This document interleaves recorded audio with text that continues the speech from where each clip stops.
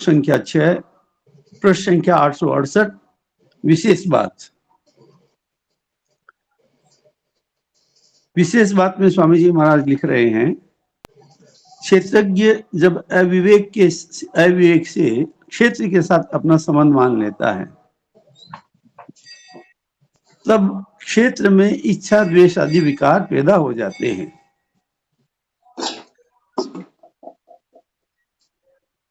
विशेष बात में विशेष बात आरंभ में ही आ गई है। क्षेत्रज्ञ जब अविवेक से यानी भूल से, नासमझी से क्षेत्र के साथ यानी जड़ता के साथ यानी शरीर आदि के साथ में अपना संबंध मान लेता है, तब क्षेत्र में, क्षेत्रज्ञ में नहीं, क्षेत्र में इच्छा द्वेष आदि विकार पैदा हो जाते हैं। क्षेत्रज्ञ का वास्तविक स्वरूप तो सर्वथा निर्विकार है ही, निर्विकार ही है।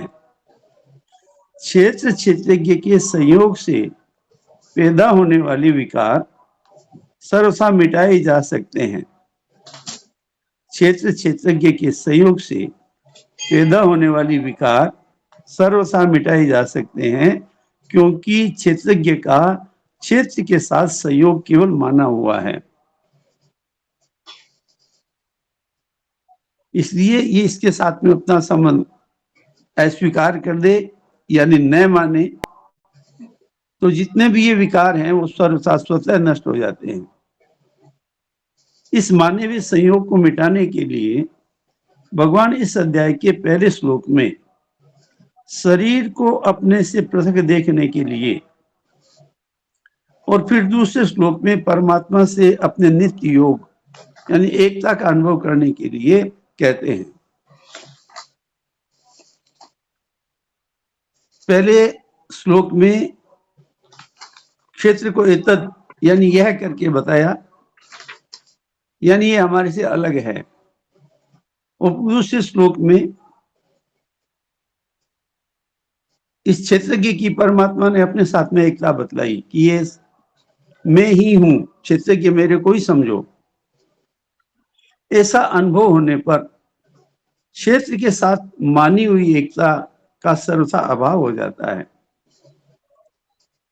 यानी जब हम शरीर से अलग और अपनी एकता जो वास्तव में परमात्मा के साथ है उसका अनुभव कर लेते हैं, स्वीकार कर लेते हैं,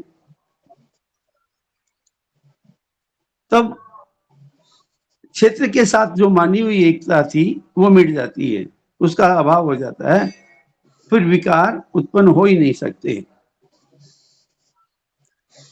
बोध होने पर अर्थात क्षेत्र यानी शरीर से सर्वथा संबंध विच्छेद होने पर इच्छा और द्वेष सदा के लिए सर्वथा मिट जाते हैं।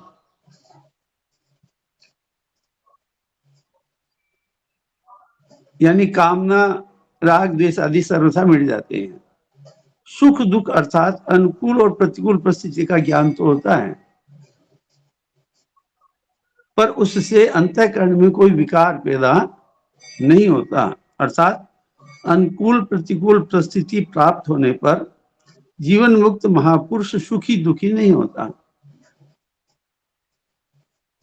यानी अनुकूल प्रतिकूल परिस्थितियां से व्यतीत हो जाता है तो उनका अंतःकरण से उनको ज्ञान तो होता है कि ये अनुकूलता है और ये प्रतिकूलता है, ये शरीर के अनुकूल है, शरीर के प्रतिकूल है, लेकिन स्वयं को वो सुखी दुखी, ये अनुकूलता प्रतिकूलता उनको सुखी दुखी स्वयं को नहीं कर सकती।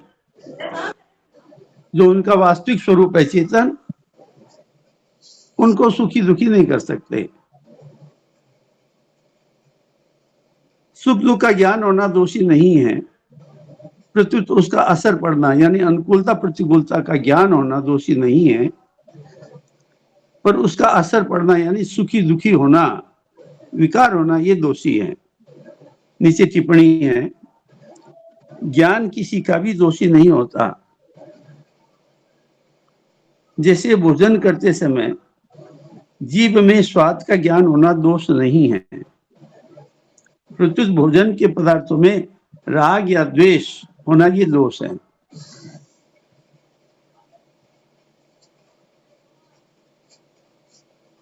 जीवन मुक्त महापुरुष का संघात यानी शरीर अर्थात शरीर से किंचित मात्र भी मैं मेरेपन का संबंध न रहने के कारण उसका कहा जाने वाला शरीर यद्यपि महान पवित्र हो जाता है,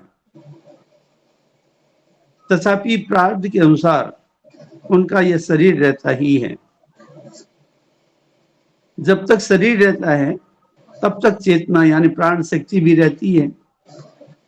परिश्रम होने पर उसमें चंचलता आती है, नहीं तो वह शांत रहती है। साधारण अवस्था में जो सात्विक धृति थी वह बोध होने पर भी रहती है, परंतु अंतःकरण से तादात्म्य न रहने से तत्वज्ञ महापुरुष का चेतना और धृति रूप विकारों से कोई संबंध नहीं रहता।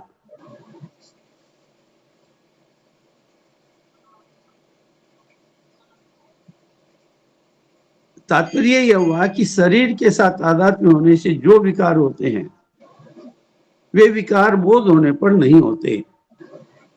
संघात, चेतना और धृति रूप विकारों के रहने पर भी उनका स्वयं पर कुछ असर नहीं पड़ता।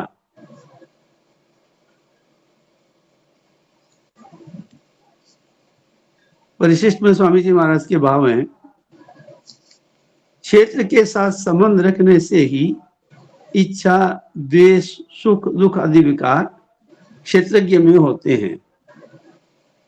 पुरुष सुख दुखानाम भोक्तृत्व हेतु रुच्यते। 13 के 20 में आगे भगवान कहेंगे, इच्छा द्वेष आदि सभी विकार तादात्म्य जड़ चेतन की ग्रंथि में है। इच्छा द्वेष आदि सभी विकार तादात्म्य में है। तादात्म्य में भी ये विकार तादात्म्य के जड़ अंश में यानी मैं हूं, तो मैं ये सारे विकार है हूं में, जो है का अंश है उस है में हूं में नहीं रहते हैं, केवल मैं यानी जड़ता में रहते हैं। यह भगवान ने 24 तत्वों वाले शरीर को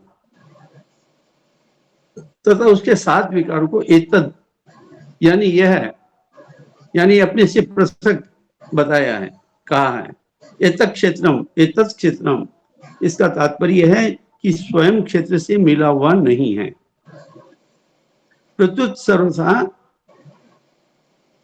इस क्षेत्र में होने वाले विकारों से और क्षेत्र से सर्वथा अलग है, निर्लिप्त है, असंग है। स्थूल, सूक्ष्म और कारण तीनों ही शरीर एतत् पद के अंतर्गत होने से हमारा स्वरूप नहीं है। यानी जो शरीर 3 कहे जाते हैं, स्थूल, सूक्ष्म और कारण, इन तीनों शरीरों के साथ में हमारा यानी स्वयं का कोई संबंध नहीं है। यहाँ विशेष ध्यान देने की बात है कि जब अहंकार का कारण महत्त्व और मूल प्रकृति को भी एतत् शब्द से कह दिया गया, यानी ये मूल प्रकृति जो इन सब का कारण है, महत्त्व है, गुण आदि हैं, संघात आदि हैं, विकार आदि हैं, इन सब का मूल कारण है मूल प्रकृति। उस मूल प्रकृति को भी एतद यानी यह करके यानी हमारे से अलग कह दिया गया है। तो ये संघात, विकार जितने भी हैं, शरीर आदि, ये हम सबसे सर्वथा अलग हैं। इसमें तो कहना ही क्या, यानी हमारे से अलग है, इनके साथ में हमारा किंचित मात्र भी कोई संबंध नहीं है। तात्पर्य कि अहम हमारा स्वरूप है ही नहीं, हमारे स्वरूप में अहम नहीं है। अहम जड़ प्रकृति का है। जो मनुष्य स्वयं को और अहम को अलग अलग जान लेता है, यानी अहम मेरा स्वरूप नहीं है, मेरा स्वरूप चेतन सत्ता मात्र है, इसलिए से सर्वगत सर्वव्यापक अपने सत्ता मात्र स्वरूप का जो अनुभव कर लेता है, जान लेता है, अपने बारे में ऐसा जान लेता है और एक दिशीयता को छोड़ देता है, अहम को लेकर के जो अपने अपने एक दिशीयता मानता है, उस एक दिशीयता को छोड़ देता है, फिर उसका कभी जन्म नहीं होता। यौन जन्म मरण से मुक्त हो जाता है तो अपने वास्तविक स्वरूप में स्थित हो जाता है और वह परमात्मा को प्राप्त हो जाता है। गीता 13वें अध्याय का 23वां श्लोक। इस तरह से ये 6ठा श्लोक पूरा हुआ। अब 7वें श्लोक के साथ संबंध बतला रहे हैं। प्रश्न संख्या 869 869। संबंध में स्वामी जी महाराज लिखते हैं, शरीर के साथ तादात्म्य कर लेने से ही इच्छा द्वेष आदि विकार पैदा होते हैं और उन विकारों का स्वयं पर असर पड़ता है। इसलिए भगवान शरीर के साथ किए हुए तादात्म्य को मिटाने के लिए आवश्यक 20 साधनों का ज्ञान नाम से आगे के 5 श्लोकों में वर्णन करते हैं।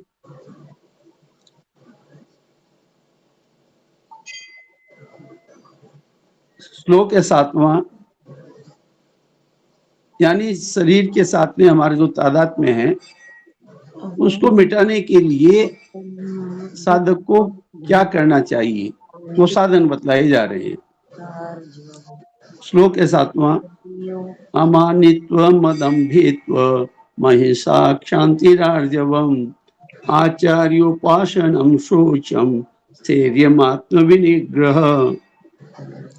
इसका अर्थ करते हुए स्वामी जी महाराज लिखते हैं, अपने में श्रेष्ठता का भाव न होना, दिखावटीपन न होना, अहिंसा क्षमा, अहिंसा क्षमा, सरलता, गुरु की सेवा, बार भीतर की शुद्धि, स्थिरता और मन का वश में होना। हम इन सब पदों का विस्तृत अर्थ समझाते हुए स्वामी जी महाराज व्याख्या में लिखते हैं, अमानित्वम, अपने में मानीपन के अभाव का नाम अमानित्व है। वर्ण, आश्रम, योग्यता, विद्या, गुण, पद आदि को लेकर अपने में श्रेष्ठता का भाव होता है कि मैं मान्य हूं, आदरणीय हूं, परंतु यह भाव उत्पत्ति विनाशील शरीर के साथ तादात्म्य होने से ही होता है।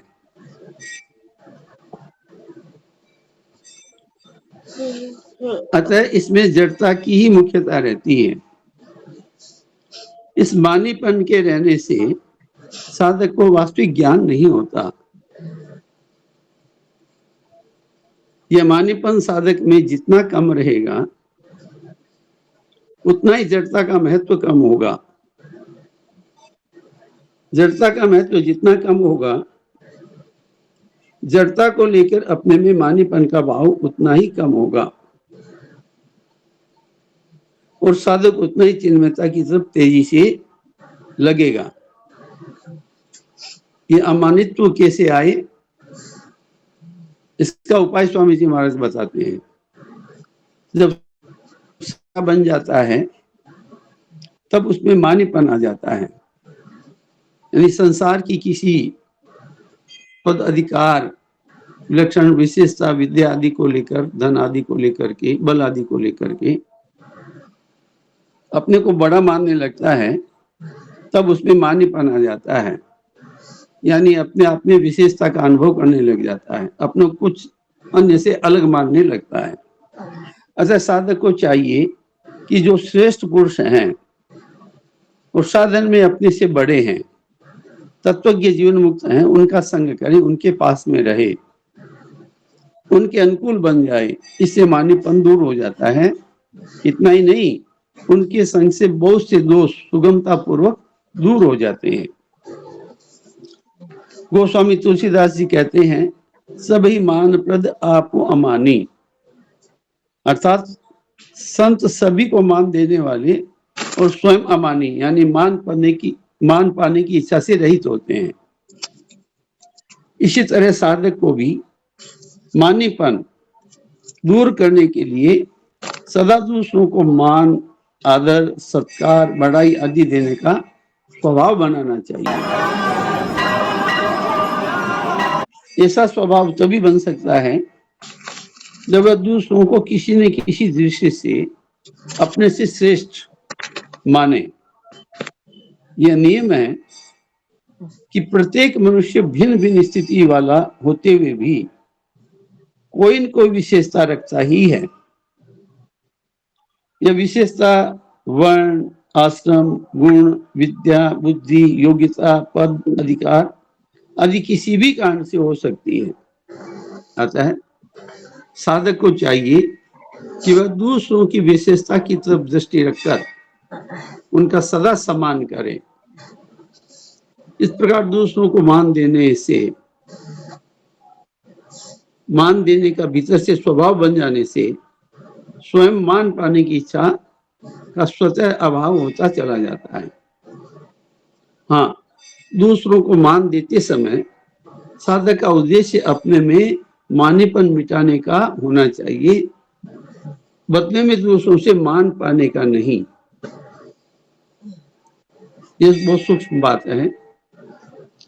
दूसरों को मान देते समय साधक का उद्देश्य अपने में मानेपन मिटाने का होना चाहिए, न कि बदले में दूसरों से मान पाने का।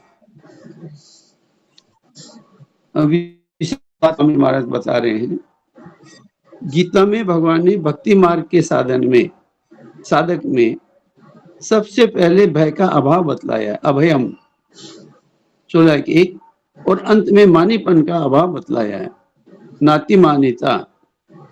परंतु ज्ञान मार्ग के साधन में मानेपन का अभाव सबसे पहले बताया है, अमानित्वम, और भय का अभाव सबसे अंत में बताया, तत्व ज्ञानार्थ दर्शनम। तो इसका तात्पर्य यह है कि जैसे बालक अपने माँ को देखकर अभय हो जाता है, ऐसे ही भक्ति मार्ग में साधक प्रहलाद जी की तरह आरंभ से ही सब जगह अपने प्रभु को ही देखता है, इसलिए वह आरंभ में ही अभय हो जाता है। भक्त में स्वयं अमानी रहकर दूसरों को मान देने की आदत शुरू से ही होती है। अंत में उसका देहाध्यास अर्थात शरीर से मानी हुई एकता अपने आप मिट जाती है, तो वह सर्वथा अमानी हो जाता है। परंतु ज्ञान मार्ग में साधक आरंभ से ही शरीर के साथ अपनी एकता नहीं मानता। इसी अध्याय का पहला श्लोक। इसलिए वह आरंभ में ही अमानी हो जाता है, क्योंकि शरीर से एकता मानने से ही मान्यपन आता है। अंत में वह तत्व ज्ञान के अर्थ रूप परमात्मा को सब जगह देखकर अभय हो जाता है। अब दूसरा अदम्बित्वम, दूसरी विशेषता क्या होनी चाहिए कि अदम्बित्व, दम्भ नाम दिखावटी बने का है। लोग हमारे में अच्छे गुण देखेंगे तो वे हमारा आदर करेंगे, माला पहनाएंगे, हमारी पूजा करेंगे, हमें ऊंचे आसन पर बैठाएंगे आदि को लेकर अपने में वैसा गुण न होने पर भी गुण दिखाना, अपने में गुण कम होने पर भी उसे बाहर से ज्यादा प्रकट करना, यह सब दंभ है। प्रश्न संख्या 870 पर हम आ गए हैं। बाई तरफ सबसे ऊपर पहला पैराग्राफ शुरू हो रहा है। अपने में सदाचार है, शुद्धि है, पवित्रता है, पर अगर लोगों के सामने हम पवित्रता रखेंगे तो वे हमारी हंसी उड़ाएंगे, हमारी निंदा करेंगे। ऐसा सोचकर अपनी पवित्रता छोड़ देना और सामने वाले की तरह ही बन जाना भी दंभ है। जैसे आजकल विवाह आदि के अवसरों पर क्लबों, होटलों के स्वागत समारोह में अथवा वायुयान आदि पर यात्रा करते समय पवित्र आचरण करने वाले सज्जन भी मान सत्कार आदि के लिए अपवित्र खाद्य पदार्थ लेते देखे जाते हैं। यह भी दंभ ही है। इसी तरह दुराचारी पुरुष भी अच्छे लोगों के समुदाय में आने पर मान, सत्कार, कीर्ति, प्रतिष्ठा आदि की प्राप्ति की इच्छा से अपने को बाहर से धर्मात्मा, भक्त, सेवक, दानी आदि प्रकट करने लगते हैं, तो यह भी दंभ ही है।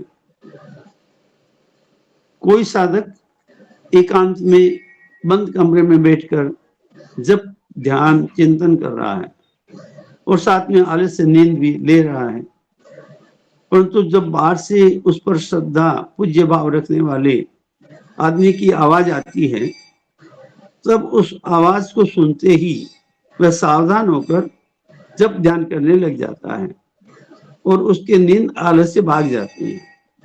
यह भी एक सूक्ष्म दम्भ है। इसमें भी देखा जाए तो आवाज सुनकर सावधान हो जाना कोई दोष नहीं है, पर उसमें जो दिखावटीपन का भाव आ जाता है कि वह आदमी मेरे में अश्रद्धा न कर ले, यह भाव आना दोष है। इस भाव के स्थान पर ऐसा भाव होना चाहिए कि भगवान ने बड़ा अच्छा किया कि मेरे को सावधान करके जब ध्यान में लगा दिया।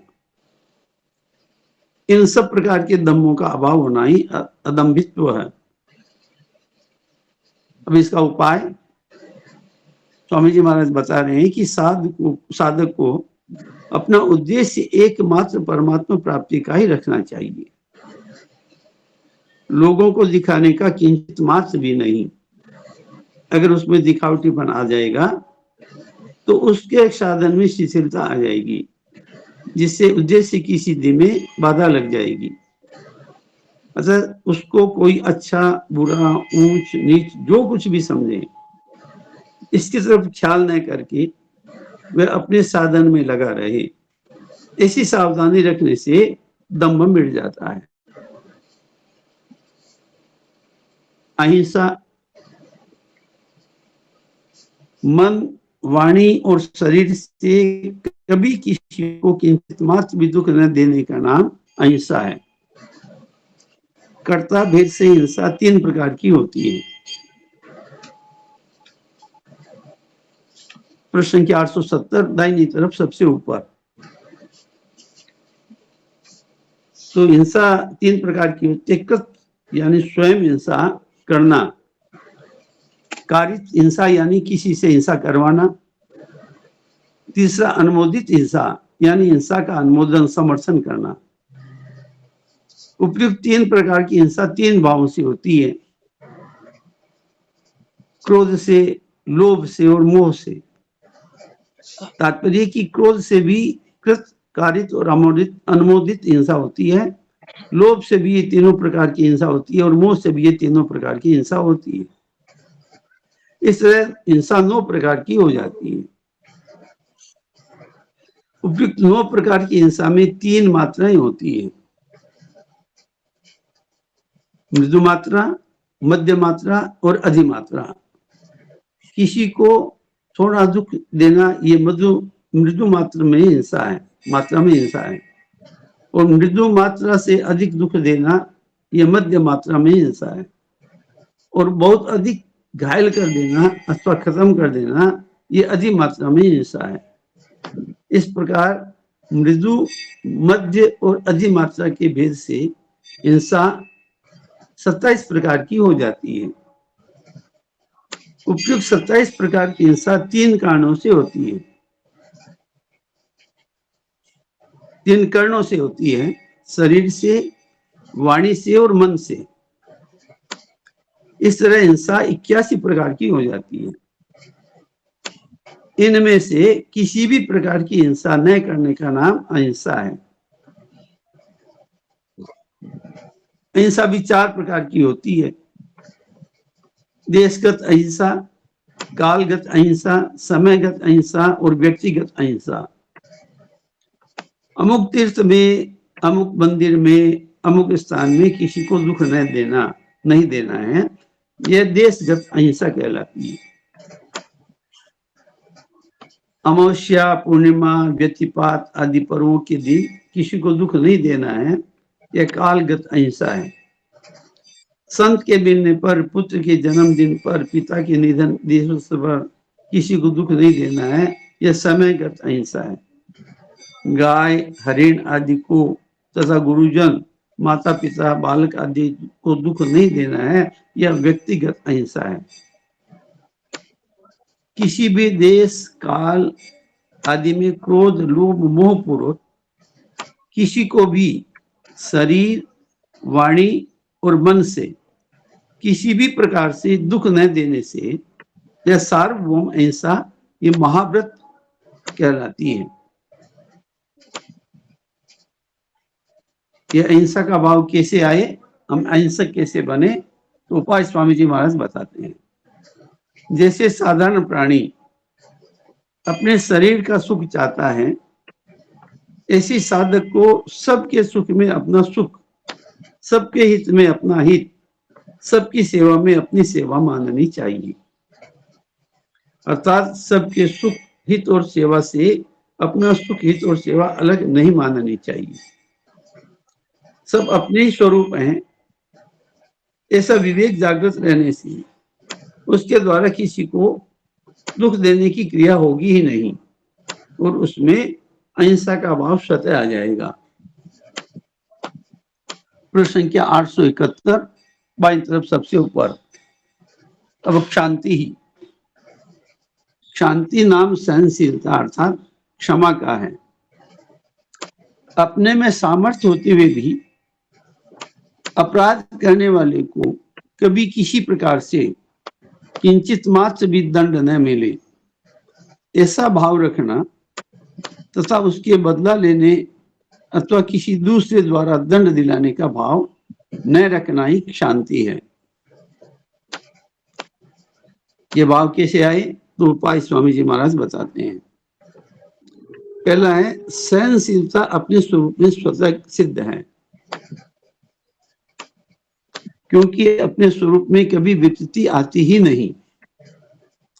तो कभी अमुक ने दुख दिया है, अपराध किया है, ऐसी कोई वृत्ति आ भी जाए तो उस समय यह विचार स्वतः आना चाहिए कि हमारा कोई बिगाड़ कर ही नहीं सकता, हमारे में कोई विकृति आ ही नहीं सकती, वह हमारे स्वरूप तक पहुंच ही नहीं सकती।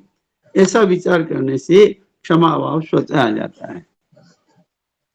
दूसरा उपाय है, जैसे भोजन करते समय अपने ही दांतों से अपनी जीभ कट जाए तो हम दांतों पर क्रोध नहीं करते, दांतों को दंड नहीं देते। हाँ, जीभ ठीक हो जाए यह बात तो मन में आती है, पर दांतों को तोड़ दे यह भाव मन में कभी नहीं आता। कान की दांतों को तोड़ेंगे तो एक नई पीड़ा और होगी, अर्थात पीड़ा दुगनी होगी, जिससे हमारे को ही दुख होगा, हमारा ही अनिष्ट होगा। ऐसे ही बिना कारण कोई हमारा अपराध करता है, हमें दुख देता है, उसको अगर हम दंड देंगे, दुख देंगे, तो वास्तव में हमारा ही अनिष्ट होगा, क्योंकि वह भी तो अपना ही स्वरूप है। गीता 6 अध्याय का 29वां श्लोक। किसी को याद हो तो बताएं और अर्थ भी बताएं।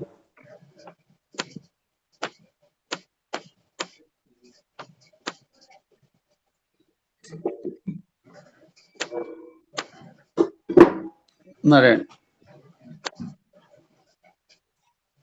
आर्जवम। सर्वभूतस्थमात्मानं सर्वभूतानि चात्मनि ईक्षते योगयुक्तात्मा सर्वत्र समदर्शनः। 6 अध्याय का 29वां श्लोक। सब जगह अपने स्वरूप को देखने वाला और ध्यान योग से युक्त अंतःकरण वाला सांख्य योगी अपने स्वरूप को संपूर्ण प्राणियों में स्थित देखता है और संपूर्ण प्राणियों को अपने स्वरूप में देखता है। व्याख्या पढ़नी है? नहीं, व्याख्या नहीं, अर्थ ही पढ़ना था। जी जी, हाँ ठीक है। अब आर्जवम, सरल सीधेपन के भाव को आर्जव कहते हैं। साधक के शरीर, मन और वाणी में सरल सीधापन होना चाहिए। शरीर की सजावट का भाव न होना, रहन सहन में सादगी तथा चाल डाल में स्वाभाविक ही सीधापन होना, ऐंठ अगड़ न होना, यह शरीर की सरलता है। छल कपट ईर्ष्या, द्वेष आदि का न होना तथा निष्कपटता, सौम्यता, हितैषिता, दया आदि का होना, यह मन की सरलता है। व्यंग, निंदा, चुगली आदि नहीं करना, चुभने वाले एवं अपमानजनक वचन न बोलना तथा सरल, प्रिय और हितकारक वचन बोलना, यह वाणी की सरलता है। वाणी में सरलता कैसे आए, इसका उपाय स्वामी जी महाराज बताते हैं। अपने को एक देश में मानने से, अर्थात स्थूल, सूक्ष्म और कारण शरीर के साथ संबंध रखने से अपने में दूसरों की अपेक्षा विशेषता दिखती है। इससे व्यवहार में भी चलते फिरते, उठते बैठते आदि क्रिया करते हुए कुछ टेढ़ापन अकड़ आ जाती है। अतः शरीर के साथ अपना संबंध न मानने से और अपने स्वरूप की तरफ दृष्टि रखने से यह अकड़ मिट जाती है और साधक में स्वतः सरलता, नम्रता आ जाती है। प्रश्न संख्या 871 दाहिनी तरफ सबसे ऊपर।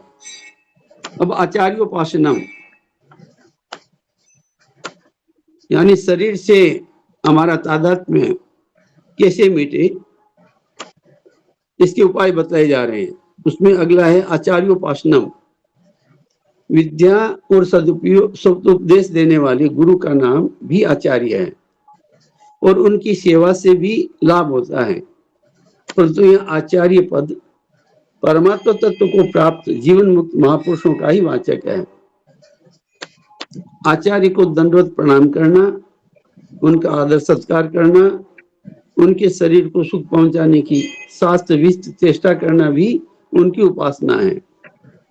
पर वास्तव में उनके सिद्धांतों और भावों के अनुसार अपना जीवन बनाना ही उनकी सच्ची उपासना है। कारण कि देहाभिमानी की सेवा तो उसके देह की सेवा करने से ही हो जाती है, पर गुणातीत महापुरुष के केवल देह की सेवा करना उसकी पूर्ण सेवा नहीं है। भगवान ने देवी संपत्ति के लक्षणों में आचार्योपासनम पद न देकर यहाँ ज्ञान के साधनों में उसे दिया है। इसमें एक विशेष रहस्य की बात मालूम देती है कि ज्ञान मार्ग में गुरु की जितनी आवश्यकता है उतनी आवश्यकता भक्ति मार्ग में नहीं है। कारण कि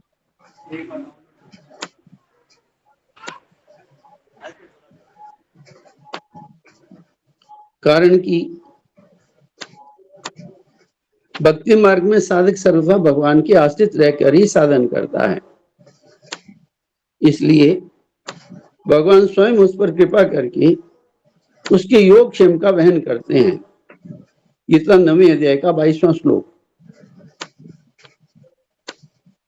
उसकी कमियों को, विघ्न बाधाओं को दूर कर देते हैं। गीता 18वें अध्याय का 58वां श्लोक। और उसको तत्व ज्ञान की प्राप्ति करा देते हैं। गीता 10वें अध्याय का 11वां श्लोक। परंतु ज्ञान मार्ग में साधक अपनी साधना के बल पर चलता है, इसलिए उसमें कुछ सूक्ष्म कमियां रह सकती हैं। जैसे पहली, शास्त्रों एवं संतों के द्वारा ज्ञान प्राप्त करके जब साधक शरीर को अपनी धारणा से, अपने से अलग मानता है, तब उससे शांति मिलती है। ऐसी दशा में वह मान लेता है कि मेरे को तत्व ज्ञान प्राप्त हो गया। परंतु जब मान अपमान की स्थिति सामने आती है अथवा अपनी इच्छा के अनुकूल या प्रतिकूल घटना घटती है, तब अंतःकरण में हर्ष शोक पैदा हो जाते हैं, जिससे सिद्ध होता है कि अभी तत्व ज्ञान हुआ नहीं है।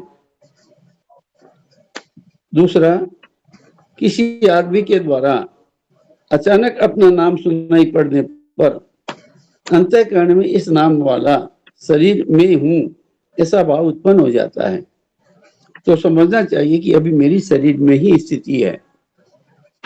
तीसरा, साधना की ऊंची स्थिति प्राप्त होने पर जागृत अवस्था में तो साधक को जड़ चेतन का विवेक अच्छी तरह है। प्रश्न संख्या 872 बाईं तरफ सबसे ऊपर। रहता है, पर निद्रा अवस्था में उसकी विस्मृति हो जाती है। इसलिए नींद से जगने पर साधक को उस विवेक को पकड़ता है, जबकि सिद्ध महापुरुष का विवेक स्वाभाविक रूप से रहता है। चौथी बात, साधक में पूज्य जनों से भी आदर मान आदर पाने की इच्छा हो जाती है। जैसे जब वह संतों और गुरुजनों की सेवा करता है, सत्संग आदि में मुख्यतः से भाग लेता है, तब उसके भीतर ऐसा भाव पैदा होता है कि वे संत या गुरुजन मेरे को दूसरों की अपेक्षा श्रेष्ठ माने, ये उनकी सूक्ष्म कमी ही है। इस प्रकार साधक में कई कमियों की रहने की संभावना रहती है, जिनकी तरफ ख्याल न रहने से वह अपने अधूरे ज्ञान को भी पूर्ण मान सकता है। इसलिए भगवान आचार्योपासनम पद से ये कह रहे हैं कि ज्ञान मार्ग के साधक को आचार्य के पास रहकर उनकी अधीनता में ही साधन करना चाहिए। चौथे अध्याय के 34वें श्लोक में भी भगवान अर्जुन से कहा है कि तुम तत्वज्ञ जीवन मुक्त महापुरुषों के पास जा, उनको दंडवत प्रणाम कर, उनकी सेवा कर और अपनी जिज्ञासा पूर्ति के लिए नम्रता पूर्वक प्रश्न कर, तो वे तत्वदर्शी ज्ञानी महात्मा तेरे को ज्ञान का उपदेश देंगे। इस प्रकार साधन करने पर वे महापुरुष उसकी उन सूक्ष्म कमियों को, जिनको वह खुद भी नहीं जानता, दूर करके उसको सुगमता से परमात्म तत्व का अनुभव करा सकते हैं। साधक को शुरू में ही सोच समझकर आचार्य संत महापुरुषों के पास जाना चाहिए। आचार्य गुरु कैसा हो, इस समय में ये बातें ध्यान में रखनी चाहिए। चौथे अध्याय का 34वां श्लोक पढ़ूं? प्रणाम जी। चौथे अध्याय का 34वां श्लोक आपने अभी जिक्र किया, ये पढ़ता हूँ। तद्विद्धि प्रणिपातेन परिप्रश्नेन सेवया उपदेक्षन्ति ते ज्ञानम ज्ञानिनस्तत्वदर्शिनः। उस तत्व ज्ञान को तत्वदर्शी ज्ञानी महापुरुषों के पास जाकर समझ, उनको साष्टांग दंडवत प्रणाम करने से, उनकी सेवा करने से और सरलता पूर्वक प्रश्न करने से वे तत्वदर्शी अनुभवी ज्ञानी शास्त्रज्ञ महापुरुष तुझे उस तत्व ज्ञान का उपदेश देंगे। ये 4 का 34। ठीक है। अब स्वामी जी महाराज बताते हैं कि आचार्य यानी गुरु कैसा होना चाहिए, इस संबंध में साधक को इन बातों पर विशेष ध्यान रखना चाहिए। पहली बात, अपनी दृष्टि में जो वास्तविक बोधवान तत्वज्ञ दिखते हो। दूसरा, जो कर्म योग, ज्ञान योग, भक्ति योग आदि साधनों को ठीक ठीक जानने वाले हो। तीसरी बात, जिनके संग से, वचनों से हमारे हृदय में रहने वाली शंकाएं बिना पूछे ही स्वतः दूर हो जाती हो। चौथी बात, जिनके पास में रहने से प्रसन्नता, शांति का अनुभव होता हो। पांचवी बात, जो हमारे साथ केवल हमारे हित के लिए ही संबंध रखते हुए दिखते हो, जो हमारे से किसी भी वस्तु की किंचित मात्र भी आशा न रखते हो। छठी बात। सातवीं बात, जिनकी संपूर्ण चेष्टाएं केवल साधकों के हित के लिए ही होती हो। आठवीं बात, जिनके पास में रहने से लक्ष्य की तरफ हमारी लगन स्वतः बढ़ती हो। नवीं बात, जिनके संग, दर्शन, भाषण, स्मरण आदि से हमारे दुर्गुण दुराचार दूर होकर स्वतः सद्गुण, सदाचार, देवी संपत्ति आती हो। 10वीं बात, जिनके सिवाय और किसी में वैसी अलौकिकता, विलक्षणता न दिखती हो। ऐसे आचार्य संत के पास रहना चाहिए और केवल अपने उद्धार के लिए ही उनसे संबंध रखना चाहिए। वे क्या करते हैं, क्या नहीं करते, वे ऐसी क्रिया क्यों करते हैं, वे कब किसके साथ कैसा बर्ताव करते हैं आदि में अपनी बुद्धि नहीं लगानी चाहिए, अर्थात उनकी क्रियाओं में तर्क नहीं लगाना चाहिए। साधक को तो उनके अधीन होकर रहना चाहिए। उनकी आज्ञा रूप के अनुसार मात्र क्रियाएं करनी चाहिए और श्रद्धा पूर्वक उनकी सेवा करनी चाहिए। अगर वे महापुरुष नहीं चाहते हो तो उनसे गुरु शिष्य का व्यावहारिक संबंध भी जोड़ने की आवश्यकता नहीं है। हाँ, उनको हृदय से गुरु मानकर उन पर श्रद्धा रखने में कोई आपत्ति नहीं है। अगर ऐसे महापुरुष न मिले तो साधक को चाहिए कि वह केवल परमात्मा के पारायण होकर उनके ध्यान चिंतन आदि में लग जाए और विश्वास रखे कि परमात्मा अवश्य ही गुरु की प्राप्ति करा देंगे। वास्तव में देखा जाए तो पूर्णतया परमात्मा पर निर्भर हो जाने के बाद गुरु का काम परमात्मा ही पूर्ण कर देते हैं, क्योंकि गुरु के द्वारा भी वस्तुतः परमात्मा ही साधक का मार्गदर्शन करते हैं। उपाय: जिस साधक का परमात्मा प्राप्ति का ही उद्देश्य है उसमें यह भाव रहना चाहिए कि आज तक जिस किसी को जो कुछ भी मिला है वह गुरु की संतों की सेवा से, उनकी प्रसन्नता से, उनके अनुकूल बनने से ही मिला है। अतः मेरे को भी सच्चे हृदय से संतों की सेवा करनी है। लिखी टिप्पणी है, इस विषय में किसी ने कहा है, न कुछ हम हंस के सीखे हैं न हम कुछ रोके सीखे हैं, जो कुछ थोड़ा सा सीखे हैं किसी के होके सीखे हैं। इस प्रकार से अब इस श्लोक की विशेष बात है, यह पढ़ना है या यहाँ तक कि व्याख्या के बारे में विशेषज्ञों की राय जाननी आवश्यक है। राम राम भाई जी। हाँ, हरिओम। हाँ, बोलो क्या कह रहे हो दिनेश, बताओ।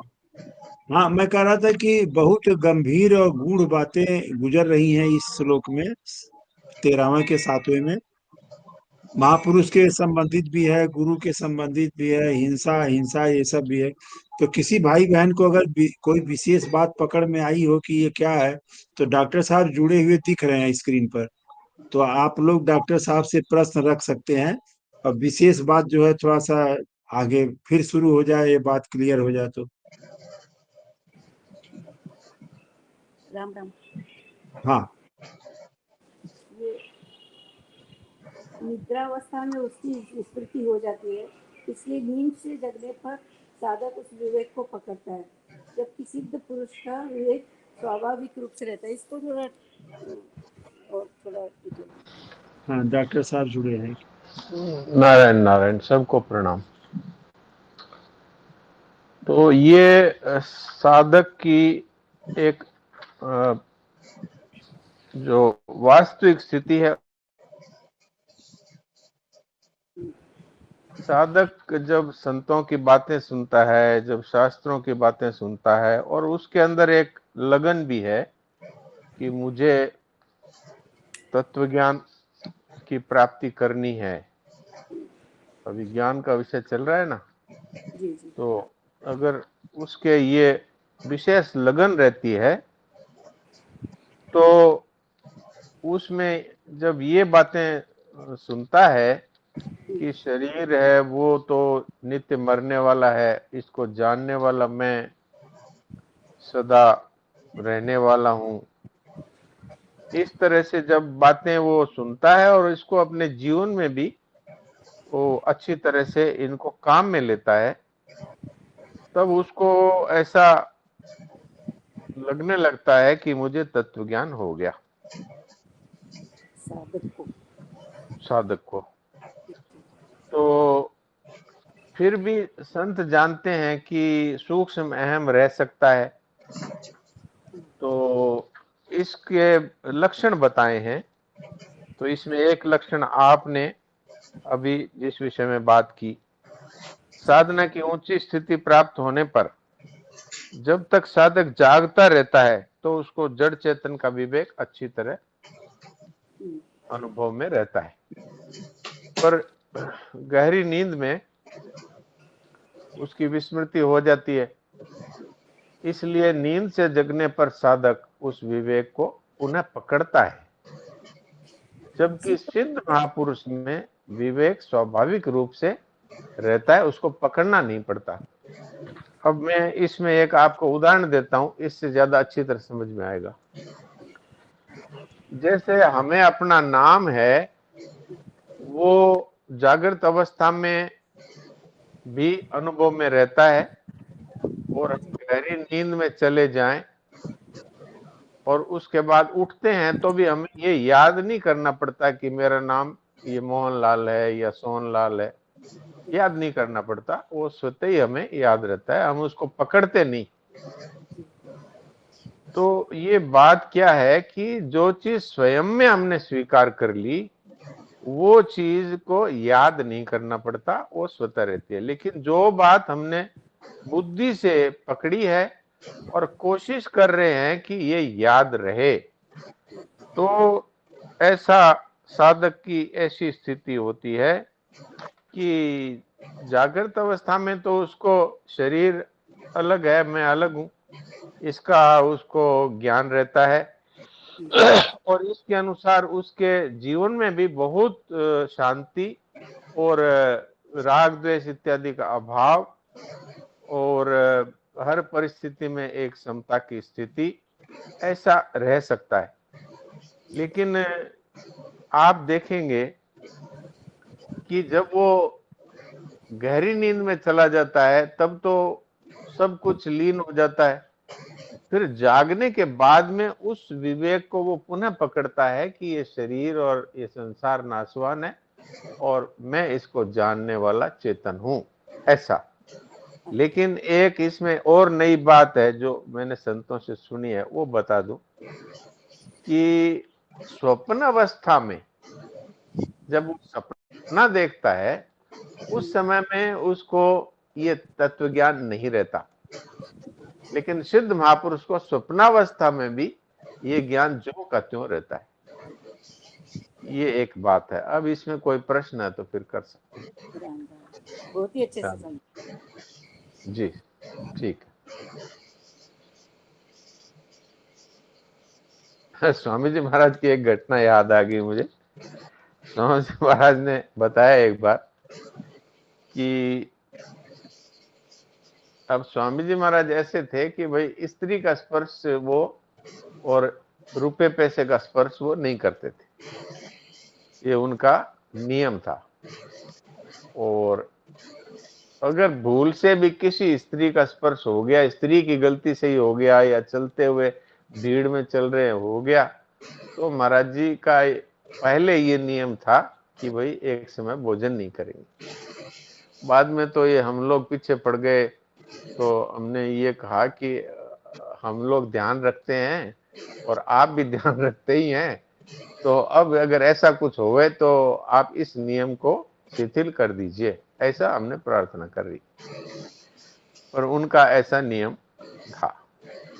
तो एक बार उन्होंने बताया कि मेरे को सपने में किसी स्त्री का स्पर्श हो गया, सपने में भीड़ में चल रहे थे, स्पर्श हो गया, तो एकदम से उनको ऐसा लगा कि ओहो ये तो एक तरह से बहुत बड़ी गलती हो गई, तो अब इसके लिए तो अब एक समय भूखा रहना ही है। तो सपने में भी वो जो सिद्ध महापुरुष होते हैं उनको जो निश्चय कर लिया वो सपने में भी जो का त्यों ही रहता है। ऐसा नहीं कि सपने में तो कोई बात नहीं है, उनको कोई इस विषय का कोई ज्ञान ही नहीं, ऐसा नहीं। तो गहरी नींद में जाने से तो टेम्परेरीली मन बुद्धि इंद्रियां सब अज्ञान में लीन होती है, लेकिन वो स्वयं तो जागता ही रहता है। इस विषय में किसी को कोई प्रश्न हो तो वो प्रश्न कर सकते हैं। गहरी नींद में भी वो हर समय जागता है। ये बात अगर समझ में नहीं आ रही हो तो कोई प्रश्न कर सकते हैं। और वो जागता है, इसका मतलब है कि वो उसको वो अनुभव जो का त्यों ही रहता है गहरी नींद में भी। इसलिए वो जब वास्तव में जागता है उस समय में भी वो अनुभव जो का त्यों, उसको पकड़ना नहीं पड़ता। इसको सहजावस्था कहते हैं। जी और साहब जी इसी बात पे पहले भी आपने 2 3 4 बार मेरा ख्याल ये चर्चा की थी कि गहरी नींद में जाना, हाँ जी। ये चीज देखा, ये अज्ञानता और अविद्या है। जी, हाँ, तो अविद्या इसको में आपने लीन हो यही जाता। माना है। और जो जागृत अवस्था में जो है वो तो बात है। हाँ, लेकिन गहरी नींद में अविद्या में क्या लीन होता है? अविद्या में तो मन बुद्धि अंतःकरण और शरीर के सारे और संसार, ये संबंध और अहम तक सब कुछ लीन हो जाता है। लेकिन हाँ, क्या किसी को अपने अभाव का अनुभव होता है, चाहे वो ज्ञानी है चाहे वो अज्ञानी है? क्या किसी को ये अनुभव होता है कि 6 घंटे मेरा अभाव हो गया? वो तो तो वो फिर जब अविद्या में, हाँ, तो वो अविद्या में स्वयं लीन होता नहीं। प्रकृति का कार्य है, वही मन बुद्धि और ये इंद्रियां और अहम तक, संसार से लेकर अहम तक, ये सब कुछ जड़ है, इसलिए जड़ जड़ में लीन हो जाता है। लेकिन हाँ, चेतन है वो कभी भी अविद्या में लीन नहीं हो सकता। हाँ, चेतन तो नहीं हो सकता। वो जब जागेगा तो उसको फिर वो आ जाएगा। लेकिन नहीं जागृत जागे, अवस्था, हाँ हाँ हाँ, बोलिए। जागृत अवस्था में ऐसा कोई अभ्यास है, होता है जैसे सिद्ध पुरुष का होता है, तो वो तो बात अभ्यास है। नहीं होता इसमें, अभ्यास की कोई गंध अभ्यास भी नहीं नहीं। हाँ, जो भी महसूस होता है वो तो जागृत अवस्था में ही देखना पड़ेगा ना। नहीं, जागृत में तो देखना पड़ेगा, वो तो देखना क्या है, उच्च कोटि के साधक होते हैं, उनकी भी स्थिति वैसी ही होती है जागृत अवस्था में। लेकिन हाँ, अभी उसमें सूक्ष्म है कि नहीं, इसके लिए ये बातें बताई है। सूक्ष्म हाँ, कमियां, सूक्ष्म अहम के कारण क्या रहती है। दूसरी बात और है एक, आज का जो ये हुआ है जिसमें बताया है अहिंसा इसका उपाय, शांति आजर्वम इसका उपाय, फिर आ गई बात आचार्योपासमनम, यानी कि जो 871 नंबर पेज है जी उसमें आया है आचार्योपासनम। जी इसका तात्पर्य ये बताया गया है स्वामी जी महाराज ने कि ज्ञान के एक विशेष रहस्य होता है कि ज्ञान मार्ग जो है उसमें जी। गुरु की आवश्यकता, जितनी आवश्यकता है उतनी हाँ आवश्यकता भक्ति, एक मिनट में पूरी बात कर लेता हूँ, हाँ, उतनी भक्ति आवश्यकता मार्ग में नहीं है, भक्ति मार्ग में नहीं है। अब क्योंकि वहां जो, तो भगवान है ना। हाँ, जो जीव भक्ति मार्ग, हमें ही ले लो, चाहे भक्ति मार्ग की तरफ जा रहा है, वो जी। तो भगवान के आश्रित है, उसको ये ज्यादा इधर उधर की बातों में जाने की क्या जरूरत है। बस ये है थोड़ी सी बात, ज्ञान कोई मार्ग पे जाने वाले को। कोई जरूरत नहीं है। वो इधर उधर की बात हम क्यों जाएगा, वो तो भगवान के आश्रित है। उसके लिए तो साधन की व्यवस्था भी भगवान करेंगे और साधन की रक्षा भी भगवान करेंगे। योगक्षेम का अर्थ यही है, ये जो 9वें अध्याय का 22वां श्लोक है, अरण्यास चिन्तयन्तो माम ये जनः हाँ जी, हाँ पर्युपासते जी। तेषां नित्याभियुक्तानां योगक्षेमं वहाम्यहम्। यहाँ साधक के लिए योगक्षेम है, वो साधन है। और संसारियों के लिए योगक्षेम वो है कि अगर धन की कमी है तो भगवान धन ला के देंगे, और किसी चीज की कमी है तो भगवान वो ला कर देंगे, और जो उसके पास है उसकी रक्षा करेंगे। पर यहाँ साधक के लिए धन है, वो साधन ही धन है। तो भगवान उसके जब जहां तक वो साधन में आगे पहुंचा है वहां तक की तो रक्षा करते हैं, और उससे आगे पहुंचाने के लिए भी अपनी तरफ से वो करते हैं उद्योग भगवान। और हाँ, भगवान। और जो कुछ अब तक हुआ है उसकी रक्षा भी करते हैं। तो ये भगवान के ऊपर निर्भर है, उसको तो वो छोटे बच्चे की तरह है जो माँ की गोदी में है वैसे।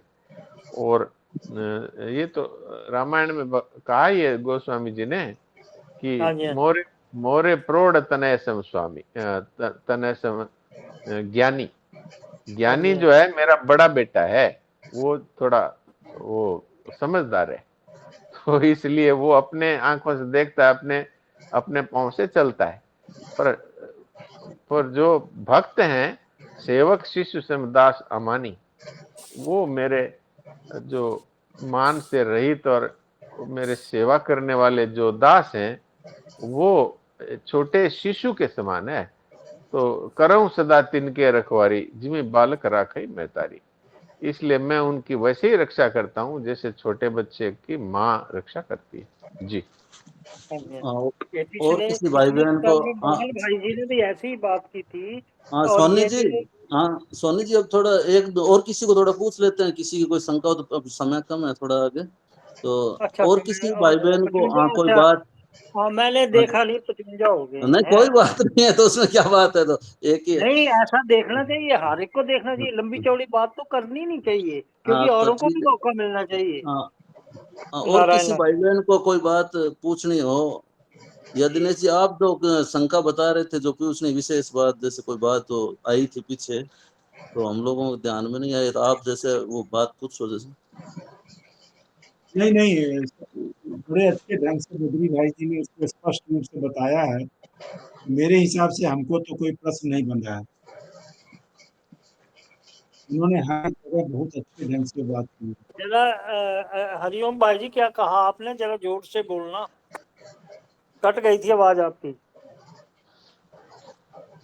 इन्होंने ये कहा मेरा कोई प्रश्न नहीं है। हाँ तो ठीक है, और किसी को कोई बात कोई पूछनी हो तो। हाँ ब्रजवासी जी क्या पूछ रहे हो? जी जी राम जी दास, बस इतना पूछ रहा था कि हम यहाँ भगवान का सत्संग कर रहे हैं भगवान की इच्छा से, और नाम जप जो भी है अपना साधन, जो नियम गुरुदेव भगवान का, और दृष्टि बस भगवान पे टिकी है। और एक जवान वहाँ जो भी है सेना में है या जैसे भी वो, अगर वहाँ वीर गति को प्राप्त होता है, क्या वो मुक्त होता है, जीवन मुक्त होता है वहाँ पे, या फिर क्या होता है, उसकी गति क्या होगी? हाँ, अगर वो सुख दुखे समय कृत्वा लाभालाभ हो जया जय ततो युद्धाय युजस्व नैवं पापम वाप्स्यसि। अगर वो निष्काम भाव से और अपने कर्तव्य का पालन करता हुआ शरीर छोड़ देता है अपने धर्म का पालन करते हुए, तो निश्चय ही उसको परमात्मा की प्राप्ति हो जाती है। अर्जुन को भगवान ने यही कहा, युद्ध करना अभी तेरा कर्तव्य है, तो बिना किसी कामना के तो लाभ हानि जय पराजय सुख दुख को समान समझकर केवल कर्तव्य पालन के लिए निष्काम भाव से और तू युद्ध कर, तो इस स्वधर्म पालन के फलस्वरूप तू परम शांति को अर्थात परमात्मा को प्राप्त हो जाएगा।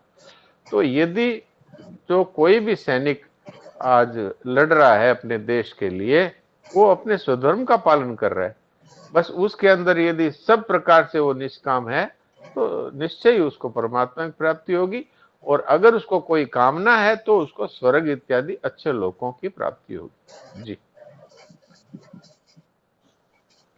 जी राम जी, धन्यवाद। हाँ जी डॉक्टर साहब प्रणाम। प्रणाम। हाँ, ये अभी जो बात आई थी ने कि ज्ञानी को तो गुरु मिल गए या कोई मिल गया। हाँ जी, हाँ बोलिए। कॉल आ गई थी। तो वहाँ ये बात थी कि भगवान ही रक्षा करते हैं, योगक्षेम वहां में।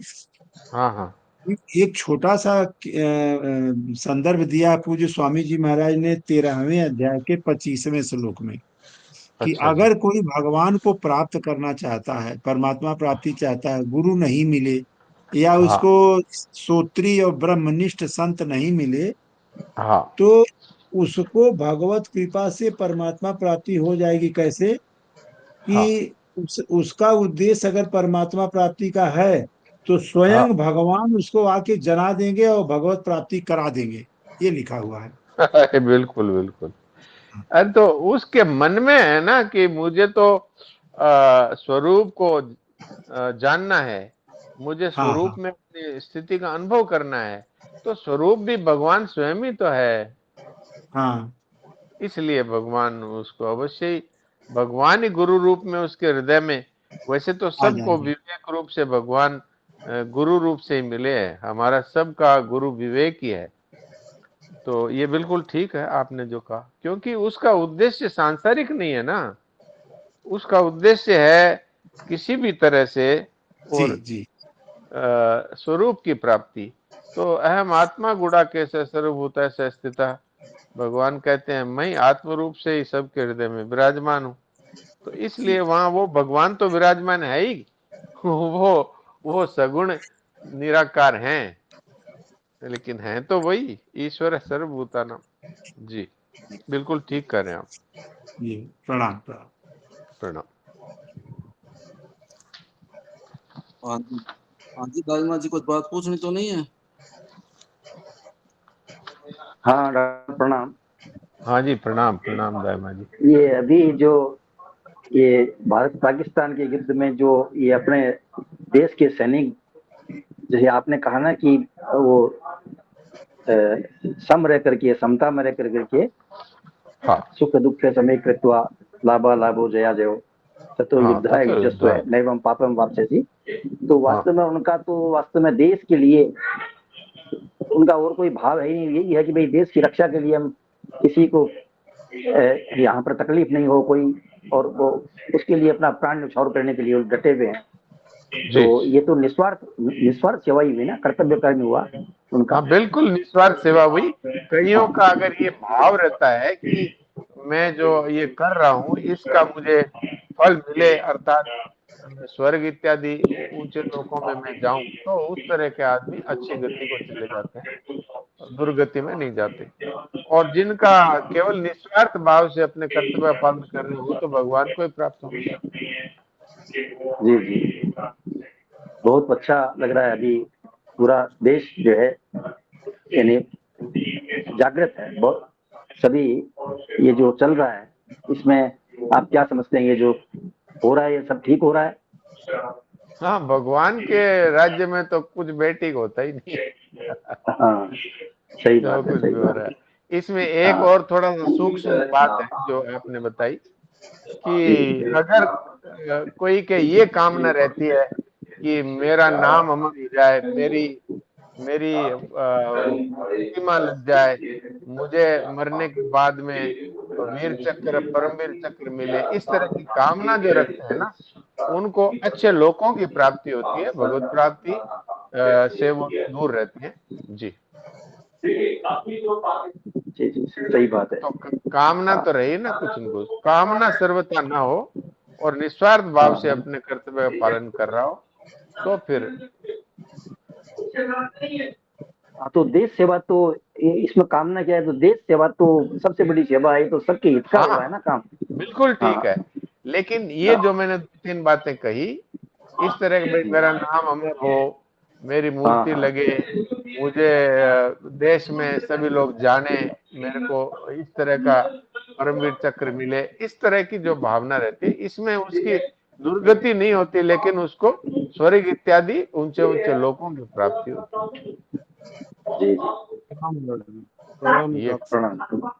प्रणाम। ये भाव कि मेरा देश सुरक्षित रहे, मैं रहूं या न रहूं मेरा देश बस रहे, ये कामना नहीं है ना। ये तो ये कोई कामना नहीं है, ये तो बिल्कुल भगवान के पास पहुंचने वाली बात है। बिल्कुल, मैं रहूं या, ये बहुत अच्छी बात कही इन्होंने, मैं रहूं या न रहूं, ये देश रहना चाहिए, ये झंडा रहना चाहिए, है ना। ये तो ये क्या सबके हित की बात हो रही है। हाँ सबका हित है, निष्काम भाव है, इसमें अपनी कोई कामना है ही नहीं। बिल्कुल बिल्कुल। हाँ जी, और किसी को कोई बात पूछनी हो तो, नहीं तो फिर थोड़ा समय हो रहा है। एक छोटी सी सूचना है, बता देते हैं। 12 मई को सोमवार को पूर्णिमा है, आचार्य जी का मैसेज आ गया है, तो उस दिन पाठ रहेगा। तो कल 3 बजे तक सब भाई बहन अपना जिन्होंने पाठ करना है मैसेज व्हाट्सएप फोन से बतला दें, ताकि फिर लिस्ट बना के सुबह डाल देंगे अगले दिन। ऐसी सभी से प्रार्थना है। और अब की एक पूर्णिमा थोड़ी बड़ी है, बुद्ध पूर्णिमा है, वैसाखी पूर्णिमा है, तो सबको बड़े उत्साह से जोश से हमेशा की तरह भाग लेना है। अब और किसी को पूछना हो तो मोहनलाल जी भाई जी, नहीं तो डॉक्टर साहब से भजन सुने, या और कोई बात पूछनी है? नहीं कोई प्रश्न नहीं है तो भजन सुने। किसी का कोई बात हो तो हाँ पूछ लें, जैसे अभी कोई विचारने की बात नहीं है, नहीं तो फिर डॉक्टर साहब भजन सुनाओ, कोई नहीं बोल रहे।